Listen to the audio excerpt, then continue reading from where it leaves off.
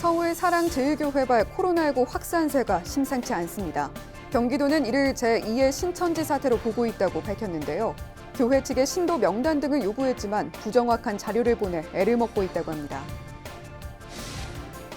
경기도가 모든 경기도민에게 마스크 착용을 의무화하는 행정명령을 내렸습니다. 이에 따라 경기도 거주자나 방문자는 많은 사람이 모이는 곳 등에서 마스크를 의무적으로 착용해야 합니다. 지난해 9월 발생한 아프리카 돼지열병으로 돼지 32만여 마리가 살처분됐는데요. 경기도가 경기 북부 양돈 농가를 대상으로 돼지를 다시 키울 수 있도록 준비하고 있습니다. 연일 폭염이 이어지면서 식중독을 특히 조심해야 하는데요. 식중독 예방을 위해선 무엇보다 음식물 관리에 신경을 써야 합니다. 예방법 알아봤습니다.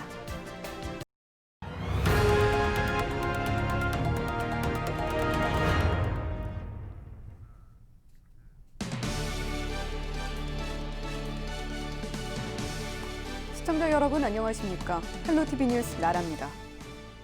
첫 소식입니다. 서울 사랑제일교회발 코로나19 확산세가 심상치 않습니다. 경기도는 이를 제2의 신천지 사태로 규정하고 신도 명단 확보에 나섰지만 교회 측의 비협조적인 태도로 이마저도 쉽지 않다고 합니다. 이지훈 기자입니다. 18일 기준 경기도 내 코로나19 신규 확진자는 총 52명입니다. 이 중 교회 관련 확진자는 28명인데 한 명 빼곤 모두 서울 사랑제일교회와 관련된 사람들입니다. 가장 큰 걱정은 이들로 인한 이른바 N차 감염입니다. 특히 서울 사랑제일교회 관련 확진자들이 경기 남부와 북부 가릴 것 없이 31개 시군에서 동시다발적으로 나오고 있어 이런 우려를 키우고 있습니다. 경기도는 사랑제일교회발 코로나19 전파를 제2의 신천지 사태로 보고 있습니다.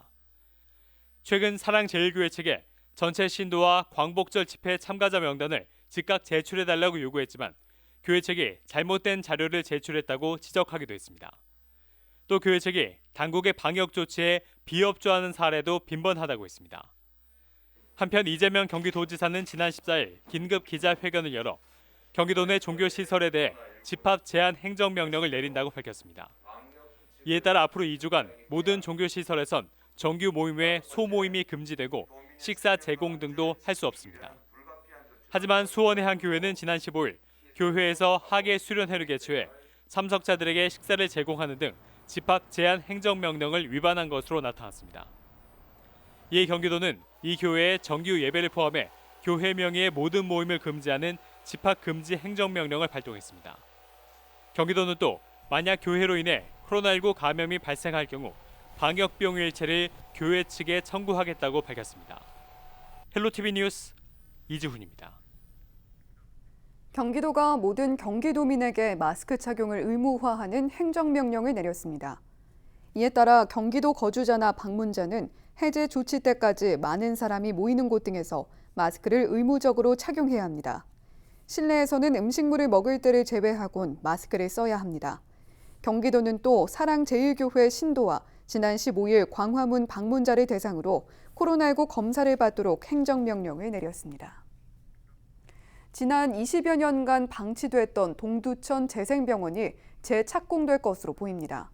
동두천시는 최근 대순진리회로부터 동두천 재생병원 공사 재착공식을 개최한다는 소식을 들었다고 전했습니다. 재착공식은 오는 25일 예정된 것으로 알려졌습니다. 동두천시는 지난해부터 대순진리회 측에 동두천 재생병원 공사 재개를 촉구하며 올해 말까지 적극적인 조치가 없을 경우 강력한 행정 조치를 취하겠다는 입장을 밝힌 바 있습니다. 연천군이 양곡 부정 유통 행위를 특별 단속합니다.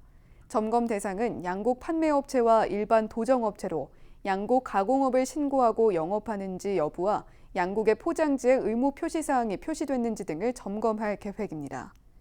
연천군은 점검 결과 경미한 사항은 현장에서 지도 교육하고 중요한 위반 사실에 대해서는 과태료를 부과할 계획입니다.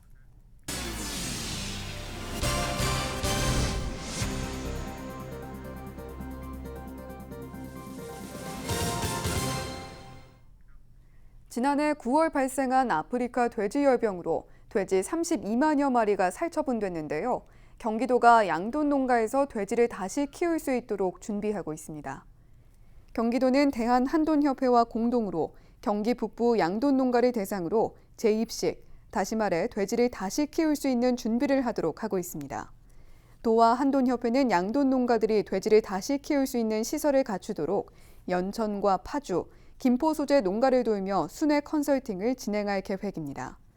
도와 한돈협회는 이에 앞서 실제 농장에 적용할 수 있는 시설별 포준안을 만들 바 있습니다. 동두천시가 코로나19 여파로 침체된 지역 경제를 살리기 위해 소상공인 경영 환경 개선 사업을 추진합니다.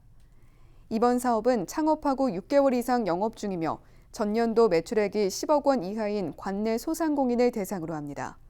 심사를 거쳐 선정된 27개 업체들에게는 맞춤형 컨설팅이 지원되고 홍보 지원과 점포 환경 개선 등의 분야에 최대 300만 원까지 지원됩니다. 지원을 희망하는 소상공인은 오는 31일부터 다음 달 4일까지 동두천시 홈페이지 등을 통해 신청하면 됩니다. 올해 처음으로 경북과 충남 지역에서 중증 열성 혈소판 감소 증후군 SFTS 사망자가 발생했는데요. 양주시는 SFTS 발생을 막기 위한 예방수칙 준수를 당부했습니다.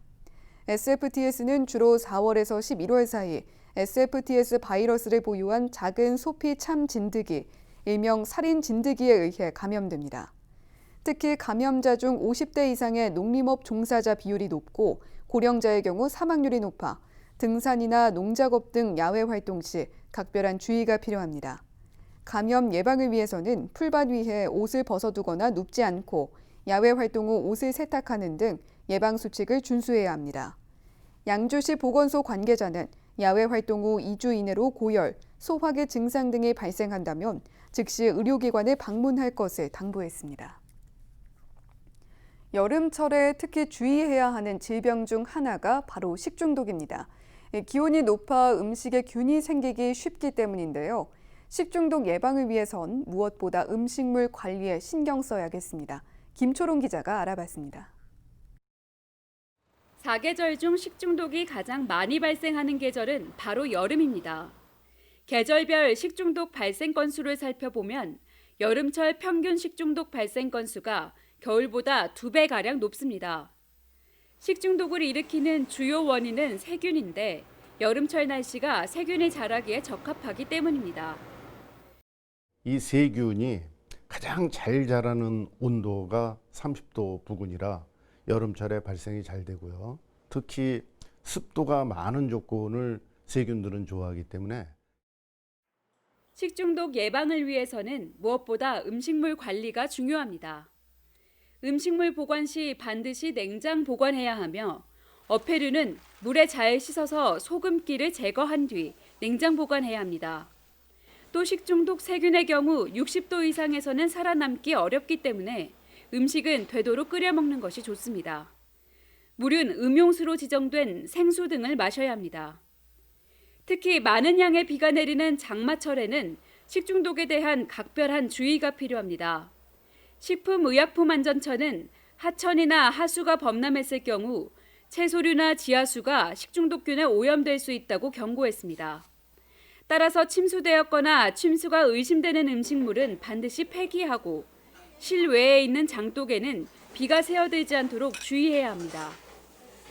식중독의 원인마다 증상은 다르지만 설사나 고열, 메스꺼움 등의 증상이 나타날 경우 식중독을 의심해 볼 수 있습니다. 이런 식중독 증상이 나타났을 때 보건소를 방문해서 전문 의사들한테 상담을 받는 게 바람직하고요. 가족 간의 감염을 일으킬 수 있는 바이러스에 의한 식중독도 있기 때문에 우선 격리 치료하는 것이 대단히 중요합니다. 헬로티비 뉴스 김초롱입니다. 의정부시가 폭우 피해 복구와 관광지 홍보, 지역 안전망 구축 등으로 바쁜 일정을 이어가고 있습니다. 어떤 내용인지 이슈메이커에서 짚어보겠습니다. 의정부시가 18일부터 사흘간 8사단 군병력 600여 명을 지원받아 집중호우로 침수된 시설물 피해 복구 작업을 추진합니다. 하천 내 산책로와 자전거 도로 및 운동시설과 휴게시설 내 쓰레기 등 부유물을 제거할 예정으로 많은 시민이 하천 이용에 관심이 높은 만큼 원상복구에 적극 노력하겠다고 밝혔습니다. 비 피해 시름을 잊게 해주는 반가운 소식도 있습니다. 지난 13일부터 4일간 열린 대한민국 방방곡곡 여행 박람회에서 경전철 타고 떠나는 안전한 의정부 관광이 호응을 얻었는데요. 소풍길과 행복로, 미술도서관, 제1시장 등 의정부 지역 주요 관광지에 큰 관심이 쏠렸고 안보 테마 관광단지와 의지대 병원 등 시의 미래 발전상을 적극 알렸다는 평가입니다. 시민을 위한 시정을 피부로 체감할 수 있는 정책도 시행돼 이목이 모입니다. 각종 재난, 재해와 사고로 피해를 입을 시 최대 1,500만 원까지 보장해주는 생활안전보험에 시민 모두를 가입시킨 건데요. 동해시 펜션 화재와 이천 물류창고 화재로 목숨을 잃은 의정부 시민 3명에게 보험금이 최근 지급돼 정책의 의미를 알렸습니다. 다른 보험과 관계없이 중복으로 보상을 받을 수 있어 큰 도움이 기대됩니다. 지금까지 우리 지역을 주목하게 만드는 이슈메이커들 만나봤습니다. 경기도가 디지털 성범죄 피해자를 지원하기 위해 디지털 성범죄 피해자 원스톱 지원센터를 운영합니다. 내년 1월부터 운영되는 지원센터는 피해자 보호와 상담, 피해 영상 삭제와 의료 지원, 법률 자문을 지원하게 됩니다. 이를 위해 도는 오는 10월부터 연말까지 전담팀을 구성하고 피해 지원 신고 체계를 구축할 계획입니다. 또 신속한 불법 영상 모니터링을 위해 도민 감시단을 운영할 예정입니다. 경기도 주식회사가 경기도 공공배달앱 명칭을 공모합니다. 공모 주제는 경기도의 특성과 공공배달앱의 성격을 도민들에게 효과적으로 전달할 수 있는 명칭입니다. 응모 방법은 오는 27일까지 경기도 주식회사 홈페이지나 SNS를 통해 한 명당 최대 3가지 이름을 제안할 수 있습니다. 경기도 주식회사는 최종 심사를 거쳐 대상 1명과 최우수상 2명 등 23명을 선발할 계획으로 대상 200만 원 등 모두 600만 원의 상금이 지급됩니다. 경기도의회가 홀몸 노인 등 사회와 고립된 주민들의 고독사 예방을 위해 조례 제정에 나섰습니다. 이 조례는 고독사 예방 및 관리에 관한 법률이 제정됨에 따라 경기도가 사회적으로 고립된 가구를 직접적으로 돕기 위한 것입니다. 해당 조례에는 사회적 고립 가구 실태 조사와 지원, 예방과 민간 부분의 참여 등이 포함됐습니다. 경기도의회는 관련 조제가 제정되면 사회적 고립이나 고독사에 대한 기준 등 내용을 구체화할 예정입니다. 경기도가 중소기업의 자금 부담을 덜기 위해 임대료를 30% 정도 낮춘 공공임대산업단지를 공급합니다. 경기도는 연천 BIX와 평택 BIX 산업단지 일부를 공공임대로 공급하기로 하고 공급 가액의 3%였던 임대료 요율을 1%로 인하하기로 했습니다. 임대료 요율이 1%로 인하되면 연천 BIX 산업단지의 경우 임대료가 연간 2,700만 원에서 900만 원으로 대폭 줄어듭니다. 도는 오는 12월 산업단지 계획을 변경하고 내년 2월 산업용지 임대 공고를 거쳐 입주자를 선정할 방침입니다. 부적정한 아파트 관리로 입주민에게 손해를 입힌 관리사무소 등이 무더기로 적발됐습니다. 경기도는 올해 상반기 공동주택단지 47곳을 대상으로 감사를 진행한 결과 모두 329건의 부적정 사례를 적발했다고 16일 밝혔습니다. 주요 적발 사례로는 관리비 용도의 사용, 용역사업자 수의계약 등입니다. 도는 관련 법을 위반한 아파트에 과태료 수백만 원을 부과하고 고발 및 수사 의뢰 등을 조치했습니다. 이어서 날씨 정보입니다. 전국 대부분 지역에 폭염특보가 내려진 가운데 수요일은 올 들어 가장 더운 날이 되겠습니다. 아침 최저 기온은 24도, 한낮에는 33도를 나타내겠는데요.